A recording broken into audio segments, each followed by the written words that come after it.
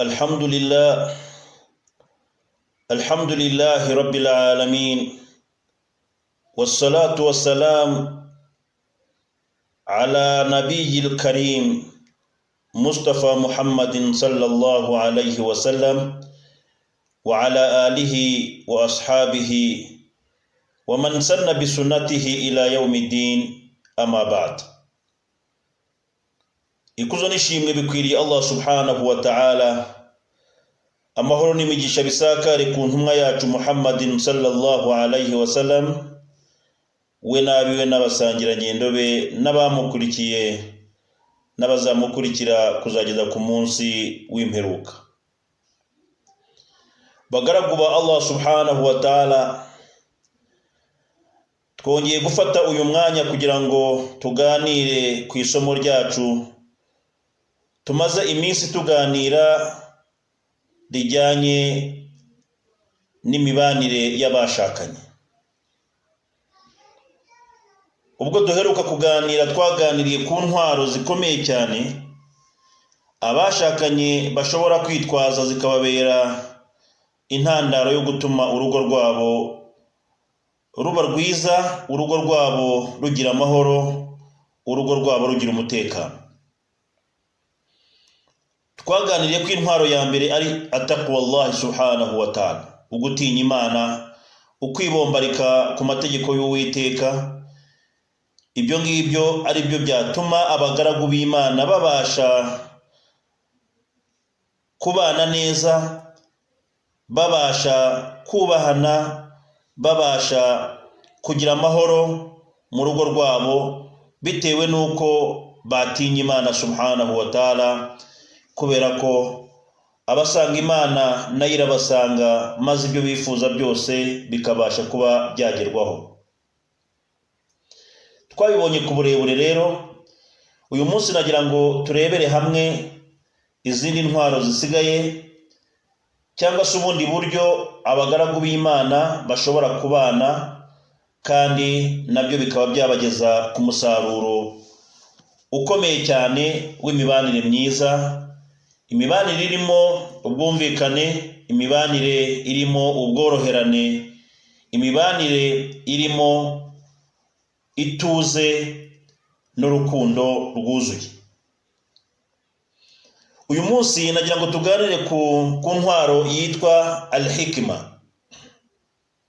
Al-hikma ni ubugenge, ni ukubana mu buryo bw'ubugenge, ni ukubana mu buryo bw'imikorere hagati y'abashakanye, ariko ibikorwa byabo bikaba ari ibikorwa birimo ubugenge. Imvugo zabo zikaba ari imvugo zirimo ubugenge, kubera yuko iri jambo ryitwa hikma Imana subhanahu wa ta'ala yaratubwiye muri Quran, a'udhu billahi minash shaitanir rajim, bismillahir rahmanir rahim, وَمَنْ يُؤْتَ الْحِكْمَةَ فَقَدْ أُوتِيَ خَيْرًا كَثِيرًا. Ngo umuntu uzaramuka abashije kuba yarahawe hikima na Mwenyezi Mungu subhanahu wa ta'ala, umuntu uzahabwa uburyo ashobora kuba yavuga imvugo ze ntizikomeretse mugenzi we, umuntu uzaramuka ahawe uburyo ashobora kuba yagira igikorwa akora, icyo gikorwa ntikibongamire mugenzi we, uyu muntu akaba abikora muri ubu buryo bw'ubugenge, Imana iratubwira iti faqad utiya khayran kathira, azaba mu by'ukuri yarahawe ibyiza byinshi cyane, azaba yarahawe umugisha, azaba yarahawe ikintu gikomeye cyane, kubera yuko ibintu byose abantu bakora n'imvugo zose abantu bavuga, iyo hatarimo ubugenge, iyo hatarimo hikima, ibyo bakora byose n'ibyo bavuga byose bishobora kuba ikibazo ku bandi. Ni muri urwo rwego bagaragu b'Uwiteka, umugore n'umugabo igihe babana mu rugo rwabo bagomba kurangwa n'ubugenge mu mvugo zabo, bagomba kurangwa n'ibikorwa birimo ubugenge. Inyigisho duhabwa n'Ubuyisilamu zitubwira yuko tugomba kurangwa n'imvugo nziza, nk'uko twabibonye, waqulu qawlan sadida, ngo mujye muvuga imvugo nziza. ntabwo ari byiza yuko icyo ubonye cyose umugore wawe agukoreye ugomba kumubwira imvugo itari nziza, ahubwo ugomba gukoresha hekima n'ubugenge mu buryo ugomba kumubwira kandi akabasha kumva, kandi akabasha no kumenya ko icyo yari akoze niba kitajyanye ashobora kukireka akakivaho ariko utakoresheje imvugo mbi. Niba nanone ari igikorwa runaka ukoze ukagikora mu buryo mugenzi wawe ari bukibone akabona yuko umukosoye mu buryo bumwe kandi utamukomerekeje, utamuhungabanyije. Dushobora gufata urugero rumwe rushobora kudufasha kugira ngo dusobanukirwe. Umugore wawe aramutse hari ibyo agukorera bitari byiza, umugabo wawe aramutse hari ibyo agukorera bitari byiza, wumva bitagushimishije, wumva bitakunyuze, ushobora kumufata ukamujyana ahantu, mugasohoka mukicara ahantu, mugafata fanta mukanywa, mugafata urugendo mukajya ahantu nk'abantu bakoze sorte yo kujya kwishimisha no kwinezeza, mukicara mukaganira, ukamubwira uti mugore wanjye hari akantu nagira ngo nkubwire, cyangwa se mugabo wanjye hari akantu nagira ngo nkubwire, njye mbona kagaragara mu rugo rwacu nyamara gashobora kuba katari keza karamutse gakomeje. Ukamubwira uti ibi n'ibi ibi n'ibi ibi n'ibi ibi n'ibi, icyo gihe azabyumva kandi azabiha agaciro, maze abashe gukosoka, abashe no gukosora imibanire yanyu ibe myiza. Ariko aramutse umubonaho icyo kibazo ukamukosorera aho ngaho, ukamubwira uti kuki buri gihe mpora nkubuza ibi niba ukabikora, kuki buri gihe mpora nkubuza kugenda ukagenda, kuki ibyo ukabimubwira mu mvugo y'uburakari, imvugo itagira hikima, imvugo itagira ubugenge, mu by'ukuri uzaba uri gusenya urugo rwawe, ntabwo uzaba uri kurwubaka. We wa mugore we nuramuka ubwiye umugabo wawe kuki nkubwira ngo ujye utaha saa 12 tuganire, cyangwa se ujye utaha saa 12 hakiri kare abana batarasinzira, buri gihe ugahora uza amasaha yarenze, ubona yuko naje hano gukora iki, ukabimubwira nabi, mu by'ukuri umugabo wawe ntabwo azabyumva neza, azabona yuko umusuzuguye, azabona yuko umutereye hejuru, nyamara igihe mwicaye muri cya cyicaro cy'ikiganiro mukaganira, ukamubwira uti mugabo wanjye ntabwo nishima buri uje wakererewe, cyane yuko mba nifuza yuko waza tukanaganira, cyangwa se tukabasha kuba twapanga n'ibijyanye n'urugo rwacu. Iyo bimubwiye muri hikima, ukabimubwira mu bugenge, ukabimubwira mu buryo bw'ubwitonzi, icyo gihe mubasha kuba mwakosora. Hikima rero ni ikintu gikomeye cyane. Hikima nk'ubugenge mu mvugo zacu igihe tuganira n'abafasha bacu, nibyo bizadufasha kugira ngo dukosore byinshi mu makosa tubona aba atubongamiye mu buzima bwa buri munsi bw'urushako rwacu. Ikindi nanone cyadufasha mu rugo rwacu ni asaburu, ukwihangana. Asaburu ni ukwihangana. Iyo ubana na mugenzi wawe, byanze bikunze hari ibyo ashobora kuba yagukorera bishobora kuba byakubabaza, hari ibyo hari imyitwarire ashobora kuba yakwitwaraho ishobora kuba itagushimisha, ariko si imyitwarire niba itagushimishije ukaba wakoresheje na ya hikima twari turi kuvuga mu kanya, ukabona ntago biri guhinduka, uzakora iki? Uzabyitwaramo ute? Niba ari umugore wawe uzamwirukana se? Niba ari umugabo wawe uzamuta se? Uzabigenza gute? Mu nyigisho twigishwa, yaba ari Allah subhanahu wa ta'ala, yaba ari intumwa ya Muhammad sallallahu alayhi wa sallam, batwigisha kwihanganira ibibazo, bakatwigisha kwihanganira ibigeragezo igihe twahuye nabyo. Uwiteka Allah subhanahu wa ta'ala aratubwira ngo mujye mwihangana yemwe abagaragu bemera Imana, mujye mwihangana kubera yuko inna Allaha ma'a sabirin, Imana ibana n'abihangana. Urugo rwanyu nimuramuka muranzwe no kwihangana, umugabo akihanganira umugore kubyo amukorera bitamushimisha, n'umugore akihanganira umugabo we kubyo amukorera bitamushimisha, icyo gihe urugo rwanyu ruzazamo Imana. Imana izabana namwe, inna Allaha ma'a sabirin, Imana iba hamwe n'abihangana. Imana ikongera ikatubwira muri Qur'an iti walanabluwannakum hatta na'lama almujahidina minkum wasabirin, tuzabagerageza ku rushako rwanyu, tubagerageze ku rubyaro rwanyu, tubagerageze ku mitungo yanyu, tubagerageze ku baturanyi banyu, tubagerageze ku babyeyi banyu, tubagerageze kuri buri kintu icyo ari cyo cyose.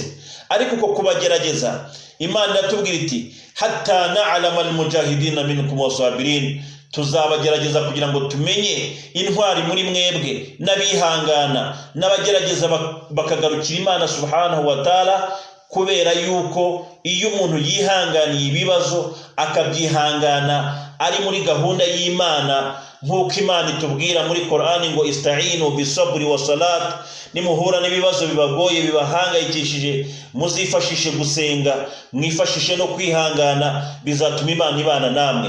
Imana rero iti tuzabagerageza kuri buri kintu icyo ari cyo cyose, kugeza tumenye yuko umuntu koko ari intwari, tumenye yuko umuntu ari uwo kwihangana, tumenye yuko uyu muntu ari kumwe n'Imana muri ibyo bibazo, atigeze areka Imana kuko Imana yamugerageje. Aha rero nanone ni ikintu tugomba kumenya kandi tukakizirikana, tukamenya yuko kwihanganira ibibazo by'urugo nibwo butwari, ni nabwo buryo bwo kubaka, kuko iyo utihanganye urasenya. Iyo utihanganiye uburyo umugore wawe akubanira, umuhitaraka ukamwirukana. Iyo umwirukanye urubyaro rwanyu ntabwo rurerwa mu buryo abana barerwa n'ababyeyi babo, kuko umwe we yamaze kugenda. Iyo utihanganiye umugore wawe ukamwirukana, hari byinshi uhomba mu buzima bwawe bwa buri munsi, ndetse hari n'igihe wifuza kongera kumugarura kandi wenda bitagishobotse. Nawe mugore, nawe iyo utihanganiye umugabo wawe ku bibazo ubona biri mu rugo, wenda rimwe na rimwe mutabashije kuganiraho ngo mugereho neza, ibyo kibazo iyo cyakugeze mu mutima wawe kwihangana bikakunanira, igikurikira aho ngaho, iyo ufashe umwanzuro wo guta urugo ukagenda, ubusenye. Ntabwo kwihangana ari ikintu kigoranye cyane. Abagaragu b'Imana basabwa ko bagomba kugerageza bakihangana, kugira ngo urugo rwabo rubashe kugira umutekano, rubashe kugira ibyiza byinshi cyane. Hari hadithi intumwa y'Imana Muhammad sallallahu alaihi wasallama itwigisha itubwira ngo ayyuma rajulu sabara ala su'i khulqi zawjatihi, ayyuma rajulu sabara ala su'i khulqi zawjatihi a'atahu Allahu mithla ma u'tiya Ayyubu ala balaihi, wa ayyuma imra'ati sabarat ala su'i khulqi zawjiha a'ataha Allahu mithla ma u'tiya Asiya zawjatu Fir'aun. Umugaragu w'Imana, umugabo uzaramuka yihanganye, akihanganira imico mibi y'umugore we, akihanganira imyitwarire idahwitse y'umugore we kuri we, akaramuka byihanganiye, Imana izamuha ibyiza bingana nk'ibyo yahaye intumwa y'Imana Ayubu ubwo Imana yamugeragezaga. Intumwa y'Imana Ayubu yahuye n'ibigeragezo tuzi twese, ariko muri ibi bigeragezo yahuye nabyo harimo n'ikigeragezo cy'urushako, aho ubwo yari arwaye ameze nabi bamuvuyeho, abana be barahunga baramuhunga, abagore be baramusiga barigendera, ahura na mutihani, ariko arihangana asaba Imana subhanahu wa ta'ala yumva ugusaba kwe maze iramusubiza. Nawe rero igihe uzihanganira ibibazo by'umugore wawe, igihe uzihanganiye ibigeragezo by'umugore wawe, Imana izagushumbusha iguha ibyiza nk'ibyo yahaye Nabi Ayubu alayhi salatu wassalam.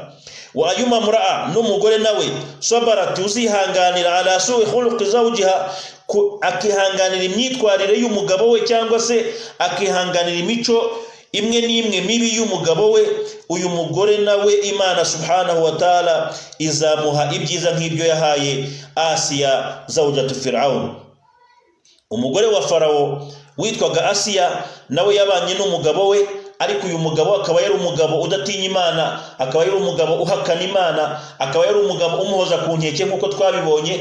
Ariko hamwe n'ibyo ngibyo Asiya yari ihanganye. Ukwihangana kwe kwaje gutuma Imana iza kumwishimira, imuha ibyiza birimo n'ijuru ry'Uwiteka Allah subhanahu wa ta'ala. Nawe rero wa mugore we, igihe uzihanganira umugabo wawe ukamwihanganira ukagira ukwihangana no gusenga, Imana izagushumbusha iguha ibyiza bingana nk'ibyo yahaye uwo mudamu Asiya alayhi salatu wasalam.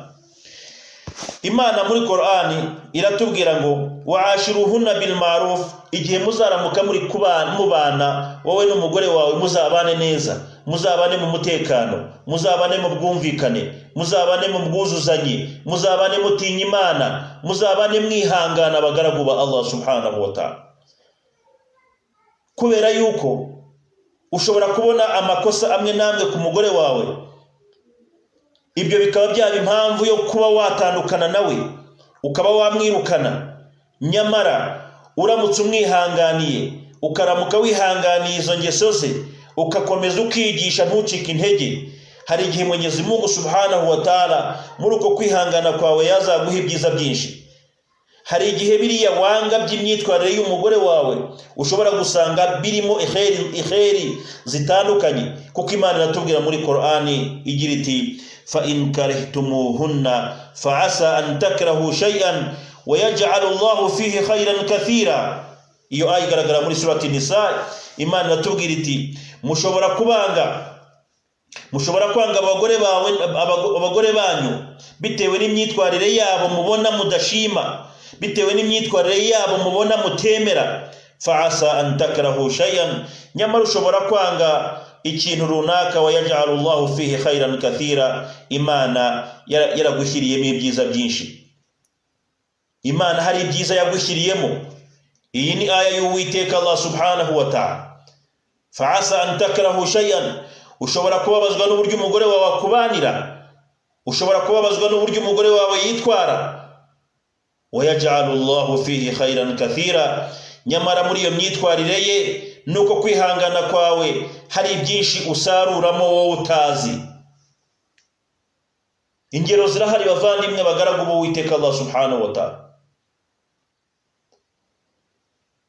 Hari umugaragu w'Imana witwa Safwan bin Salim, yakundaga kwitwa izina ry'ubwibaruke yitwaga Abu Abdullah al-Qurashi. Uyu mugaragu wa Allah subhanahu wa ta'ala yabaga Makka. Wa kana hadha rajul mutazawwijan min imra'atin salitatul lisan sayyi'atul khisal lam ya'ish ma'aha yawman sa'idan walakinahu kana sabiran muhtasiban amrahu lillahi azza wa jalla. Uyu mugaragu wa Allah subhanahu wa ta'ala witwa Safwan bin Salim yari afite umugore we, ariko uyu mugore babanaga yari umugore ufite ururimi rubi, ahora avuga amagambo mabi, ahora asebanya, ahora atukana, ahora ateranya abantu. Si n'ibyo gusa, ahubwo yanabikoreraga n'umugabo we babana. Sayyi'atul khisal, yari afite imyitwarire itari myiza, imico mibi.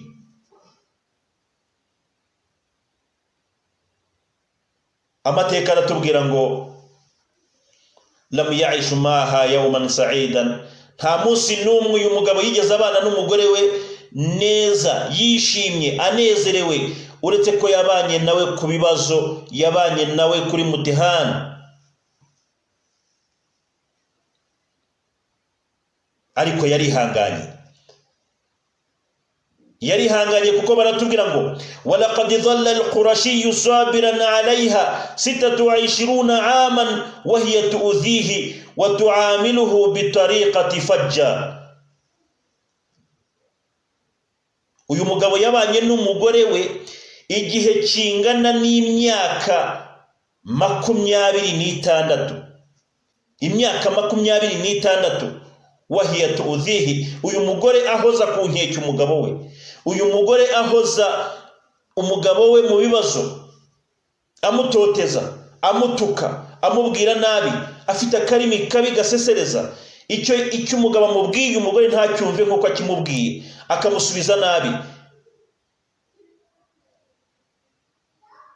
ariko hamwe n'ibyo ngibyo uyu mugabo yarihanganye, arihangana kugeza ubwo yaje kumara imyaka 26 abana n'umugore we, babyara n'abana 5. ariko iyo yatekerezaga ati nkora iki, ese mwirukane, ese ntandukane nawe, abana bacu barabaho bate, barasigara bahabwa bameze bate, arihangana, arasenga, asaba Imana subhanahu wa ta'ala yuko yamuha kugomeza akihangana.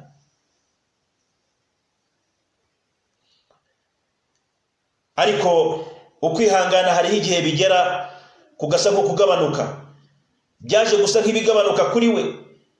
Arangije aravuga ati reka nsohoke njye mu nzira y'Uwiteka Allah subhanahu wa ta'ala, njye gukora dawa, wenda bishobora kumpa kuruhukaho gatoya. Abwira umugore we n'abana bati ngiye gukora dawa, ngiye muri dawa, nzagaruka nyuma y'iminsi runaka. Nibwo yaje kuva Maka, aragenda nk'umuntu ugiye gukora dawa, ariko kwari kugira ngo abone akaruhuko bitewe n'ibibazo yari amaze iminsi afite, bitewe n'uyu mugore uburyo yamuhozaga ku nkeke. Baratubwira ngo yaje kugenda agera ku musozi, ahasanga abagabo 2 bari ku uwo musozi. Arabegera arababaza ati amakuru yanyu bite ko muri aha? Baramubwira bati twebwe twibereye hano kuri uyu musozi, nasumu nahara wa nakumu layla. Twebwe twibereye kuri uyu musozi dukora igifungo cyacu ku manywa, tugahagarara ibihagararo byacu ninjoro, ba'idan 'anil nasi wa 'an hayati dunya, twitaruye abantu, tunitaruye n'ubuzima bw'isi kugira ngo tubashe kwiyegereza Imana subhanahu wa ta'ala.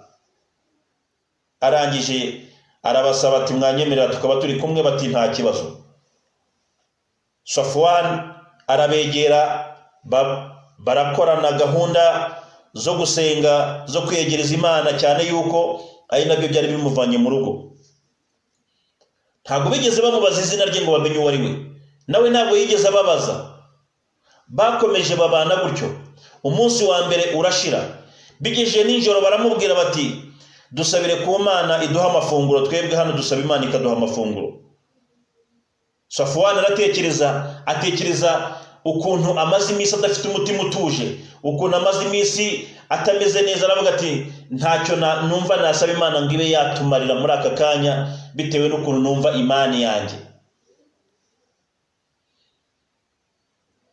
Umwe muri bo ajya ku ruhande asaba Imana, Mana nyagasani duha amafunguro, Mana nyagasani duha icyo kurya, Mana nyagasani duha icyo kunywa. Arangije gusaba Imana aravuga ati alhamdulillahi rabbil alamin. Nyuma y'iminota nk'ingahe haba haciye umuntu ufite ibyo kurya n'ibyo kunywa, arabaha, bararya baranywa. Buracya mu gitondo undi nawe muri ba bagabo 2 yasanze ku uwo musozi, nawe arabikora. Abikoze haca umuntu abaha icyo kurya n'icyo kunywa. Umunsi wa mbere urashira, uwa kabiri urashira, ku munsi wa gatatu bibuko nibwo noneho babwiye Safwan bati nawe dusabire. Aravuga ati mwoka byaramwe mu mbabarire, dukomeze nkomeze mbigireho, kubera yuko ngiyewe ndimo ndabona ibitangaza kuri mwebwe. Bageze ku munsi wa 4 ari uko babayeho, noneho biza kumutungura. Arangije arababaza ati antum tad'una Allah fayastajibu bimujarradi an tantahu min du'aikum, uridu an a'rifa bimadha tad'un. Arababwira ati bagaragu b'Imana, njyewe mbona mwe muri abikirenga, nta nubwo nakwigereranya namwe, ahubwo nagira ngo mbabaze ko buri gihe musaba Imana, Imana igahita yakira ubusabe bwanyu mukimara gusaba. Nifuzaga mumbwire niki musabisha Imana, niki musabisha Imana kugira ngo ihite yakira ubusabe bwanyu. Nimwumve igisubizo bamuhaye, nimwumve igisubizo bano bagabo bahaye uyu mugabo Abu Safwan bin Salim. Baramubwiye bati nahnu na'rifu bi amri rajulan sabiran ala zawjatihi 26 aman wa nahnu kullama da'awna nad'u Allah an yarzuqna bis-sabri hadha rajulu ala zawjatihi. Allahu akbar. baramubwiye bati wa mugabo we rero twebwe iyo turi gusaba Imana twibuka umugabo umwe w'umwihangana wagerageje kwihangana cyane, yihanganiye ibibazo by'umugore we mu gihe kingana n'imyaka hafi 26 yihanganira ibibazo umugore amuteza. Ati rero iyo turi gusaba Imana tuyisaba tuvuga tuti ewe Nyagasani, twagusabaga yuko waduha amafunguro, ko wadufungurira bisabri hadha rajul ala zawjatihi, kubera ukwihangana kuriya mugabo yihanganiye umugore we. Ntabwo bari bazi ko ari uwo nguwo, nawe ntabwo yabyumvise neza, arabaza ati man huwa hadha rajul, uwo mugabo ninde? Baramusubiza baramubwira bati ismuhu Safwan ibn Salim Abu Abdullah al-Qurashi, yitwa Safwan ibn Salim akaba yitwa Abdullah al-Qurashi. Uwo mugabo niwe wihanganye, ukwihangana kw'Imana irakubaha, iragukunda, irakwishimira, kugeza ubwo iyo dusabye iduwa dusabisha uwo mugabo Imana yakira ubusabe bwacu. Safwan yumva niwe, ubwo buramwica, abiri icyuya, aranje arabasezera, arababwira ati murakoze cyane uwo mugabo nanjye ndamuzi. Arabasezera, arataha asubira mu rugo, aravuga ati kumbi narindi guhunga kheri, narindi guhunga ibyiza, ukwihangana kwanjye kumbi bituma Imana yakira ubusabe bw'abagaragu ba Allah subhanahu wa ta'ala.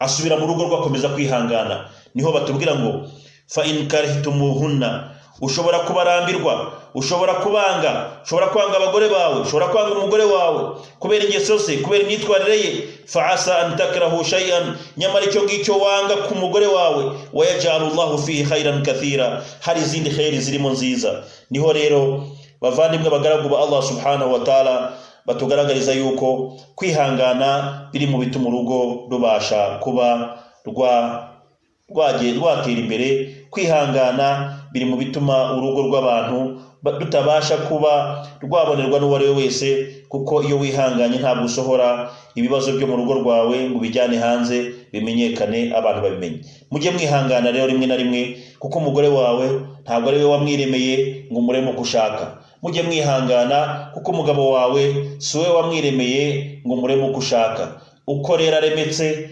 bishobora kuba bikubongamira, ariko iyo ugize ukwihangana, ukagira hikima, ukagira no gutinya Imana, Imana iragufasha. Icyanyuma rero bavandimwe b'Islam twavuze tugomba kuganiraho nicyo bita al-qana'a. Al-qana'a ni ukunyurwa,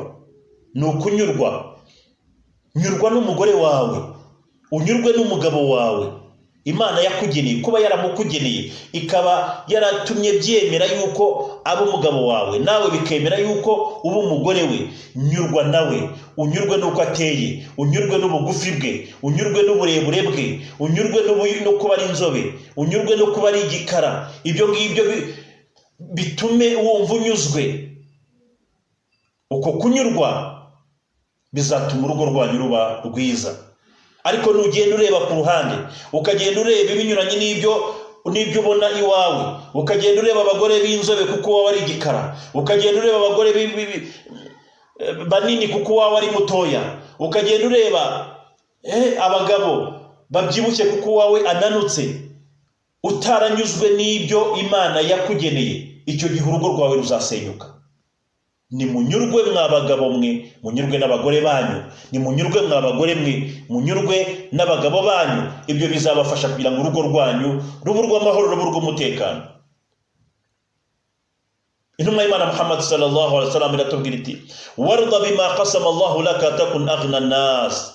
Muzajye munyurwa n'iby'Imana yabageneye, muzajye munyurwa n'iby'Imana yabageneye, muzaba muri abakungu mu bantu, muzaba munezerewe mu bandi. Ukunyurwa rero ni ngombwa kubashakanye. Ukanyurwa nuko mugenzi wawe ateye, ukanyurwa nuko mugenzi wawe avuga, ukanyurwa nuko akora. Ibyo byose bikakunyura, uzaba uri mu bagaragu ba Allah subhanahu wa ta'ala bari ku murongo mwiza, uzaba uri mu bagaragu b'Imana bari kuri gahunda y'Uwiteka Allah subhanahu wa ta'ala. Bagaragu ba Allah rero, ingo zanyu nizirangwemo no gutinya Imana, ingo zanyu zirangwemo n'ubugenge, ingo zanyu zirangwemo no kwihangana, ingo zanyu nizirangwemo no kunyurwa. Izi ni intwaro enye zikomeye cyane zizatuma ingo zanyu zigira amahoro, zigira umutekano, zigira ibyishimo, na n'uwo ari we wese uri muri urwo rugo akabona ari mu mudendezo, ndetse n'uje abasanga azajya basanga abone mufite ibyiza byaburiye ahandi. Bityo rero nasozaga nsaba Imana subhanahu wa ta'ala yuko yaduha ingo nziza, ikaduha abafasha beza, ikaduha kuba twabasha kugera ku byo twifuza mu ngo zacu, ndetse nkomeza no kubifuriza igisibo cyiza. Imana ibakirire ugusenga kwanyu, Imana ibakirire isawumu yanyu, kandi Imana izaduhuze twese ku munsi w'imperuka turi kumwe n'ishako zacu, turi kumwe n'abagore bacu, turi kumwe n'abagabo bacu, nk'uko twabanaga hano ku isi twishimye. Wa hadha, assalamu alaikum wa rahmatullahi wa barakatuhu.